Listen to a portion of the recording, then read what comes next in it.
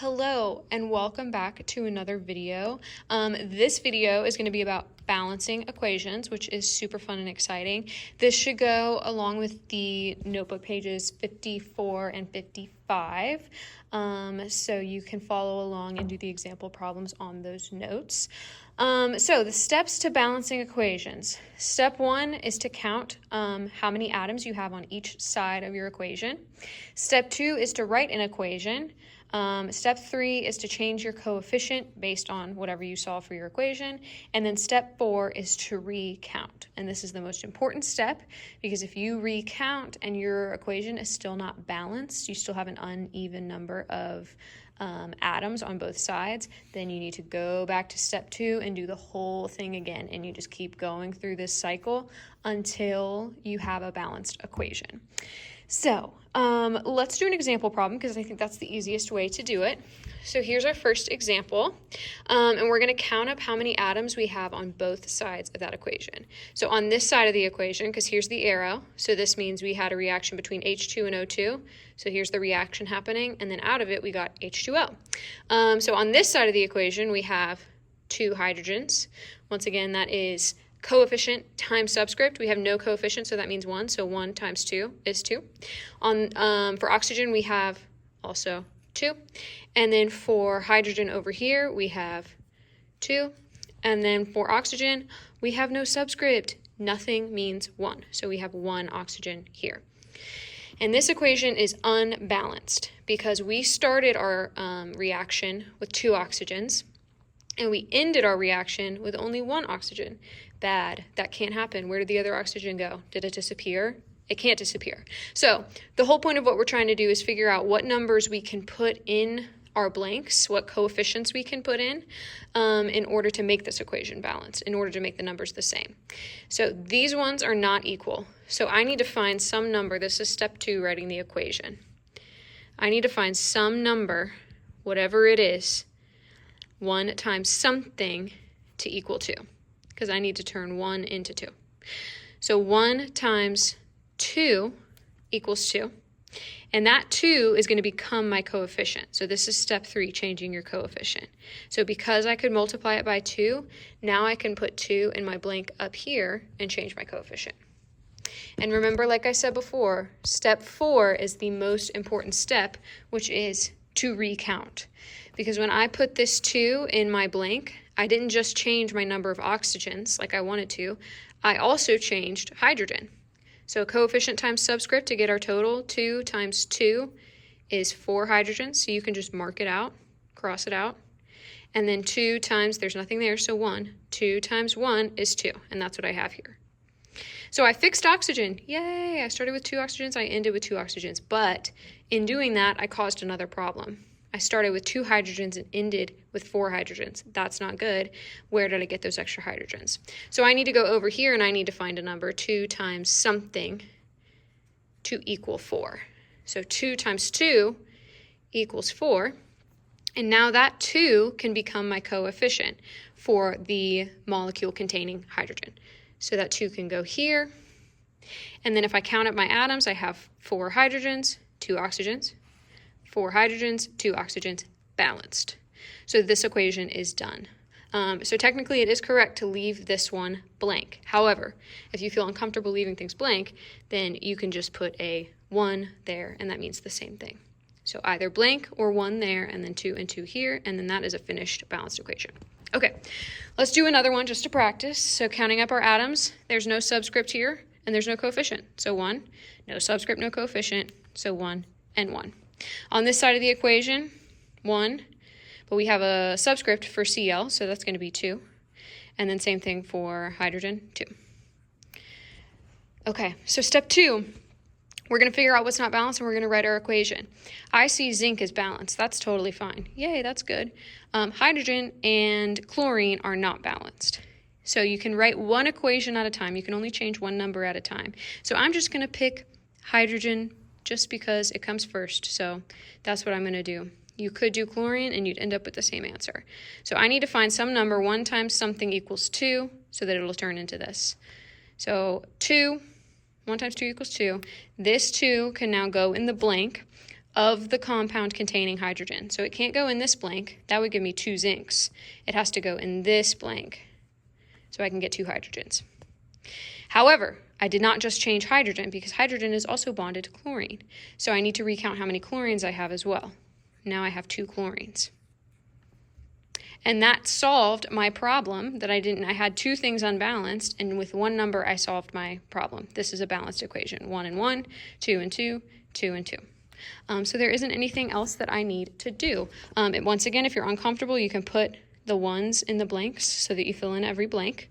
But this is a correct balanced equation. I will also say some students find it confusing. They might try to balance these 2 or these 2. So just because this is 1 and this is 2, that's fine. You don't have to do that. Zinc has to match zinc. Hydrogen has to match hydrogen. Chlorine has to match chlorine. These don't have to match though. Okay, one more example and then we're gonna go over to page 55. So this kind of follows along with what's on page 55 with the pictures. But this is an example to show you what to do when you get an odd number.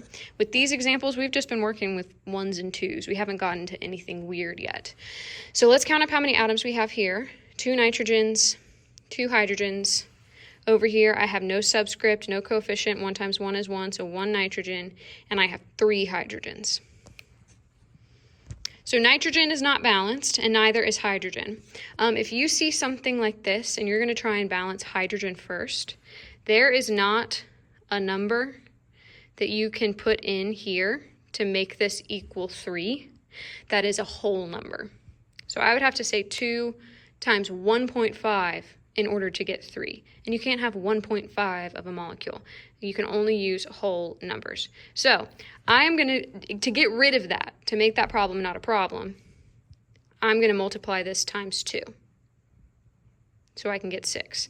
And now it's easier for me to turn a 2 into a 6. I can say 2 times 3 is 6 instead of having to do something with a decimal. So anytime you have an odd number like this, a 2 and a 3 kind of situation, multiply that odd number by 2 to make it an even number, and then you don't have to worry about that. So because I multiplied it by 2 though, that's now my coefficient. And I need to put that in the blank up here. Now I have 6 hydrogens, but I didn't just change hydrogen, I also changed nitrogen, so now I have 2 nitrogens. Okay, it's not balanced. Nitrogen is balanced, I have 2 and 2. But hydrogen is not. I have 2 and 6. So I need to find some number over here to make this equal to 6. So 2 times 3 is 6. And so I can put this 3 in my blank containing hydrogen. So now I have 2, 2, 6, and 6, and I'm done. I don't have to put anything in this blank. The only thing I'm allowed to put in this blank at this point would be a 1. Okay. So moving on to what we did on page 55, which was balancing with pictures, and this is the same chemical equation that we just worked with, but it's just in pictures. So if I was to write this chemical equation, I would write, I have in,